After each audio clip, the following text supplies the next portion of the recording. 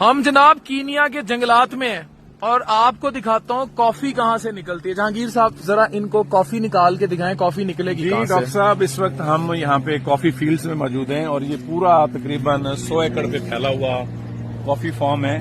سلمان بھائی کافی نکالتے ہیں. یہ اس طرح سے چھوٹے چھوٹے جس طرح سے انگور لگا ہوتا ہے اس طرح کا یہ دانہ ہوتا ہے کافی کا. تو یہ ڈاکٹر صاحب جو ہمارا یہ سارا ٹرپ ہے یا لرننگ ہے یہ ہم خود بھی سیکھ رہے ہیں اس کو.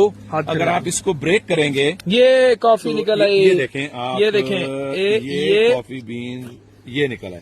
اب یہ اس میں سوکھیں گے پھر یہ روسٹ ہوں گے.